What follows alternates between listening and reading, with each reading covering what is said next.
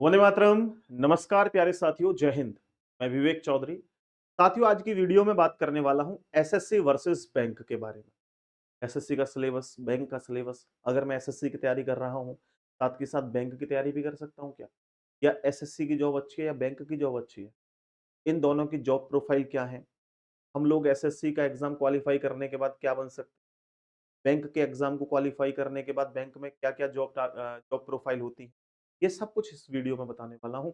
मेरे द्वारा दी गई जानकारी आपको अच्छी लगे, चैनल को सब्सक्राइब कर लीजिएगा, वीडियो को शेयर कर दीजिएगा और अपनी वैल्यूएबल कमेंट ज़रूर दीजिए। साथियों, यहाँ पर देखिए आप लोग, नेक्स्ट पेज लगाता हूँ और दोनों को मैंने अलग-अलग लिखा है। एसएससी यहाँ है, बैंक यहाँ है। सबसे पहले जॉब रोल्स के बारे में बात करते हैं। एसएससी के जो जॉब रोल है वो असिस्टेंट्स बनते हैं, क्लर्क बनते हैं, ऑडिटर्स बनते हैं, इंस्पेक्टर बनते हैं, जूनियर इंजीनियर। इसके अलावा ये मैंने मेन जो है जॉब प्रोफाइल लिखी हुई है और भी बहुत सारी वैकेंसीज आती हैं। नेक्स्ट पेज पे बात करूंगा।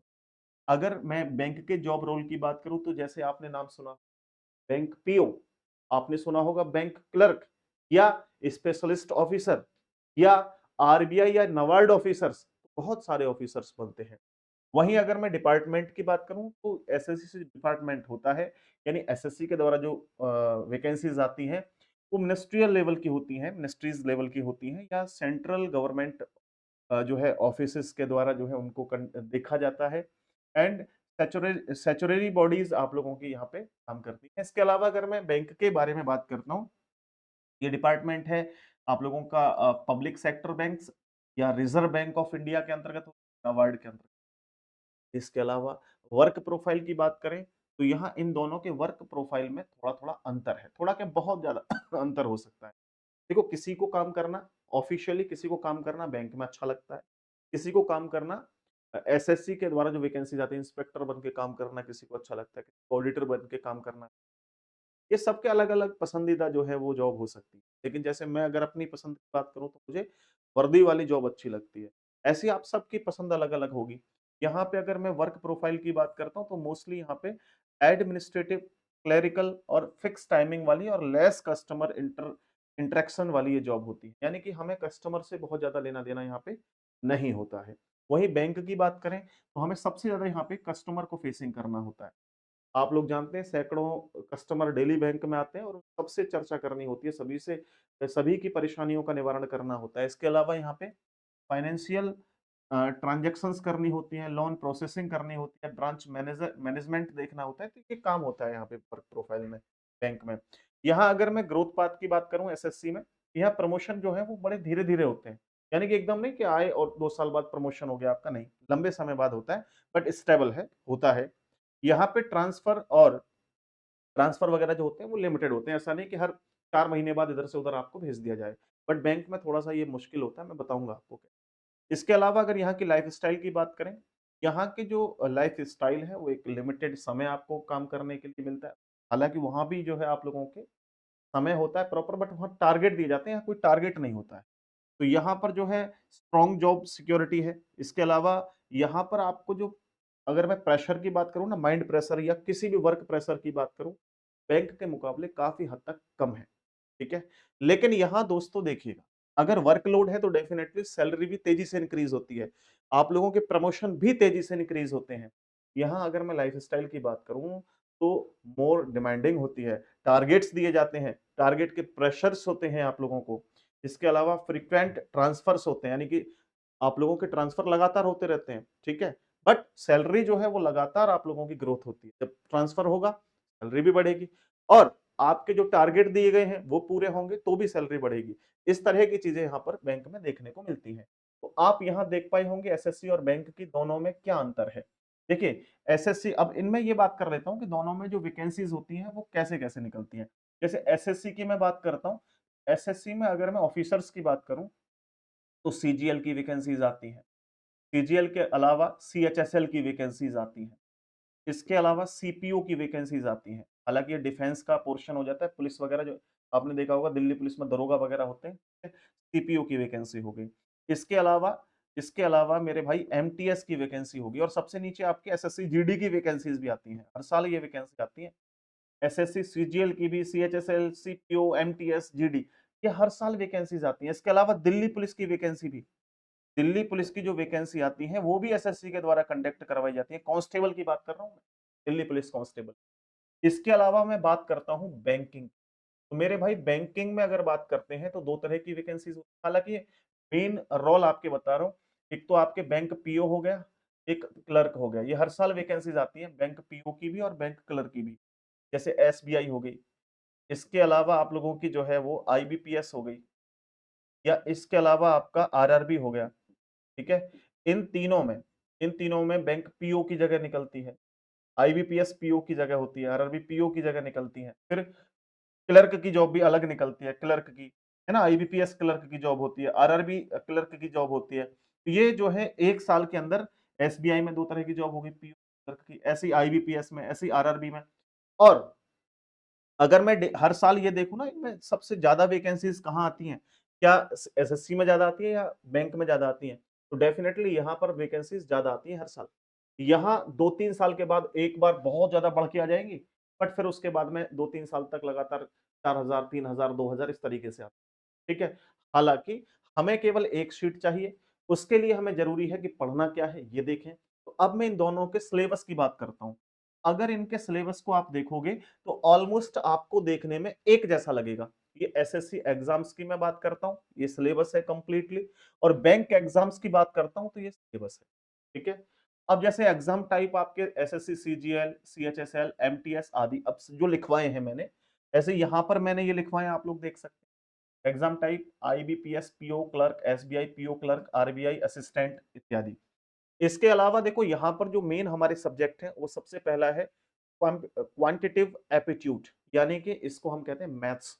आपने काफी मतलब डरते भी होगे आप इससे, बहुत सारे स्टूडेंट, और बहुत सारों को बड़ा ये इंटरेस्टिंग सब्जेक्ट लगता होगा मैथ। मैथ में यहाँ पर आप देखो, सबसे इंपॉर्टेंट जियोमेट्री, मेंसुरेशन, ट्रिगोनोमेट्री के अलावा अलजेब्रा। तो ये आप लोगों का एक तरीके से मैं कह सकता हूँ मेंसुरेशन का पार्ट है, यानी कि एडवांस मैथ है। क्या है? मैथ्स जो है एडवांस है। मैथ्स 2 टाइप का होता है भाई। एक होता है अरिथमेटिक, एक होता है अरिथमेटिक, एक होता है अरिथमेटिक और एक होता है एडवांस मैथ, एडवांस मैथ। देखो ये पूरा ट्रिकी होता है और ईज़ी होता है। ये थोड़ा-सा टफ होता है, ठीक है? ये थोड़ा-सा फॉर्मूला बेस्ड होता है, टफ होता है। बट आप देखोगे यहाँ पे 2 एग्ज़ाम होते हैं एसएससी, प्री एक मेंस। प्री में अरिथमेटिक के ही क्वेश्चन बनते हैं और थोड़ा बहुत जो है एडवांस पूछ लिया जाता है। बट जो मेन पेपर होता है, मेंस का पेपर होता है, उसमें एडवांस मैथ ज़्यादा आता है। मैथ का जो लेवल है वो कहीं न कहीं ज़्यादा तो आपके एसएससी के एग्ज़ाम में होता है। बाकी बैंक में अरिथमेटिक का रोल है पूरा, अरिथमेटिक का, अरिथमेटिक का। लेकिन अरिथमेटिक में भी कुछ टॉपिक ऐसे हैं, जैसे मैं बात करता हूँ, फोकस करता हूँ भाई। यहाँ देखो, यहाँ तो मैंने बता ही दिया आपको एडवांस के टॉपिक, बट ऐसा नहीं है कि ये कंप्लीट है, इसके अलावा पूरा कंप्लीट अरिथमेटिक, वो तो आता ही आता है। और ये एडवांस के लिए भी मैंने बताया। अरिथमेटिक प्लस एडवांस दोनों आते हैं इसमें, बट इसमें अरिथमेटिक ही आता है। अरिथमेटिक में भी कुछ महत्वपूर्ण टॉपिक आप देखिए, जैसे जैसे आपका डीआई, डाटा इंटरप्रिटेशन का एक पार्ट होता है, जो सर्कल बना करके आपने देखा होगा, इतना परसेंट उतना परसेंट निकालो, है ना? मैथ की स्पीड बहुत अच्छी होनी चाहिए यहाँ पे, हालांकि यहाँ भी होनी चाहिए, बट यहाँ भी आपकी कैलकुलेशन बहुत फास्ट हो।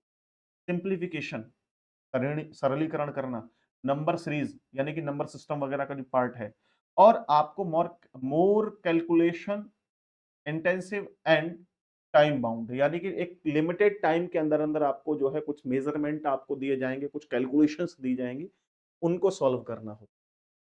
इसके अलावा दूसरा है जर्नल अवेयरनेस, यानी जीके जीएस जिसे हम बोलते हैं। तो यहाँ पे heavy on static GK. Static GK जो है वो बहुत हार्ड आती है दोस्तों, हर बार बदल बदल के आती है, जबरदस्त लेवल की। इसके अलावा history, geography, polity, science, science में तीनों पोर्शन, आपका चाहे आपका फिजिक्स हो, केमिस्ट्री हो या फिर बायोलॉजी हो, less focus on current affairs, यानी करंट अफेयर्स का लेवल कम होता है। हालांकि लेवल कम नहीं होता है, मैं तैयारी करवा रहा हूँ, मुझे पता है लेवल कम नहीं होता, बट अगर कंपैरिजन कर रहे हैं बैंक से तो लेवल कम है करंट अफेयर का। करंट अफेयर ज्यादा जो पूछा जाता है वो बैंक में पूछा जाता है। यहाँ पर जनरल अवेयरनेस में बात करें तो फोकस ऑन अवेयरनेस, बैंकिंग के बारे में जो इकोनॉमिक्स वगैरह के क्वेश्चंस हो वो ध्यान रखने हैं। और आपको करंट अफेयर्स तो याद रखना ही है, इसके साथ साथ जो फाइनेंशियल न्यूज हैं वो भी टारगेट करनी होती है। इसके अलावा इंग्लिश की बात करते हैं तो इंग्लिश का सिलेबस दोनों में ही है, दोनों में ही है। जैसे आपका बहुत सारे ग्रामर है, एरर स्पॉटिंग्स हैं, क्लोज टेस्ट हैं, ना, वन वर्ड सब्स्टिट्यूशंस हैं, ये सब आप लोगों के एज इट इज यहाँ भी है। Reading comprehension, para jumbling, fill in the blanks, ये सारे के सारे दोनों में आते हैं। इंग्लिश दोनों में अच्छी चाहिए। इसके बाद बात आती है रीजनिंग की मेरे भाई। रीजनिंग यहाँ भी है और रीजनिंग यहाँ भी है। रीजनिंग में आप लोगों के यहाँ पे वर्बल रीजनिंग आती है, ठीक है, नॉन वर्बल रीजनिंग आती है, ठीक है। इसके अलावा आप लोगों की जो एनालिटिकल रीजनिंग है वो भी आती है।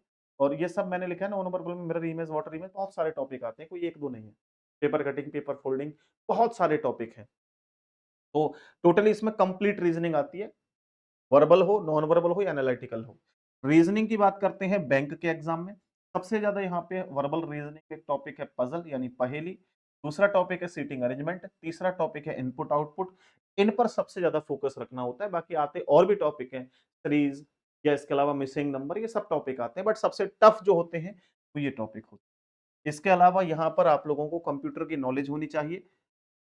कम नॉलेज भी होगी चलेगा, लेकिन किसी किसी में तो कंप्यूटर की बिल्कुल भी नॉलेज ना हो, किसी वैकेंसी में तो भी चलेगा। एसएससी की सीजीएल में बहुत सारी वैकेंसीज ऐसी आती है जिनमें कंप्यूटर की नॉलेज की जरूरत नहीं होती है, कई सारी वैकेंसीज में जरूरत होती है।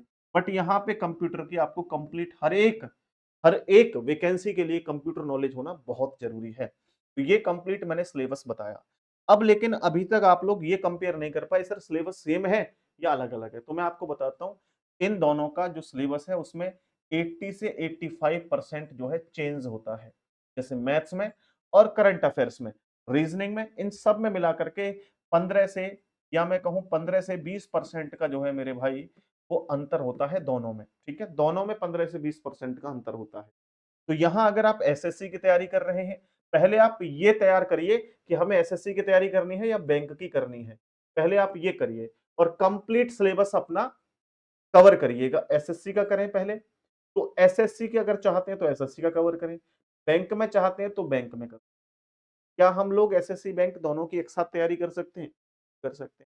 थोड़ा समय ज्यादा लगेगा, थोड़ा पढ़ना ज्यादा पड़ेगा। अब क्या सर हर साल वैकेंसी आती है? डेफिनेटली। ये दोनों ही वैकेंसी ऐसी हैं, चाहे बैंक चाहे एसएससी, हर साल वैकेंसी आती है, हर साल वैकेंसी आती है। और तैयारी करने के लिए मैं बता रहा हूं कम से कम, अगर आप बिल्कुल जीरो हैं, जीरो मतलब होता है बिगिनर, ऐसा नहीं कि आपने अभी तो भैया रीजनिंग में आर भी नहीं आता, क्रम पे तो स्क्वायर भी नहीं आते कैसे होते हैं, मल्टीप्लाई करना भी नहीं आता, वो अलग बात है। लेकिन जो बेसिक बच्चा है जिसने आज तैयारी करना शुरू की है 12th पास करके या ग्रेजुएशन करके, वो कम से कम 1.5 साल का समय उसको लगता है एसएससी का एग्जाम क्वालिफाई करने के लिए, और कम से कम उसको 1.5 साल का समय लगता है आपके बैंक के एग्जाम का सिलेबस कंप्लीट के लिए। क्यों? क्योंकि 1 साल में तो सिलेबस कंप्लीट होगा और 5 से 6 महीने लग जाते हैं मेरे भाई उसे प्रैक्टिस करने में। तो 1.5 साल का समय हो गया। अगर आप 1.5 साल 6 से 7 घंटे डेली रेगुलर पढ़ के तैयारी करते हैं, तो एसएससी का कोई एग्जाम ऐसा नहीं होगा जिसे आप क्वालिफाई नहीं कर सकते।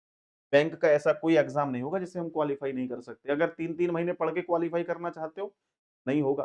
दुनिया में कोई टीचर ऐसा नहीं है जो आपको एग्जाम क्वालिफाई करा दे 3 महीने में, 2 महीने में। ठीक है, 1 से 1.5 साल, 1 साल का समय उन्हें लगता है जो पहले से पढ़कर बैठे हैं उनको, और 1.5 साल का समय बिगनर को लगता है कम से कम, बता रहा हूँ, ज्यादा भी हो सकता है ये समय। तो ये उम्मीद है आपको सारी चीजें समझ में आ गई होंगी।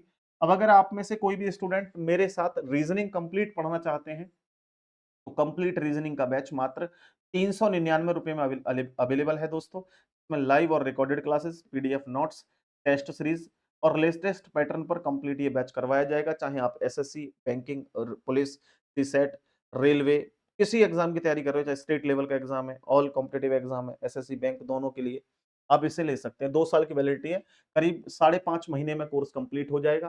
फिर एक दूसरा बैच है हमारे पास, सिलेक्शन बैच, जिसमें आपको मैथ्स, रीजनिंग और जीएस तीनों सब्जेक्ट करवाए जाएंगे। चाहे फिर आप SSC, railway, bank, police, UPSC के सीसेट एग्जाम की, स्टेट एग्जाम्स की, या आप किसी भी एग्जाम की तैयारी कर रहे हैं, ये बैच ले सकते हैं। ये 599, दोनों ही बैच आपको कंपटीशन गुरु एप्लीकेशन पर दिखाई देंगे।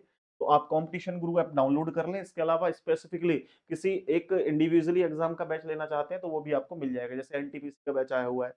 ये हमारा मोबाइल नंबर है, इस पे आप कॉल या व्हाट्सएप करके जानकारी ले सकते हैं। आज की वीडियो में इतना ही, उम्मीद करता हूं आपको समझ में आई होंगी सारी बातें।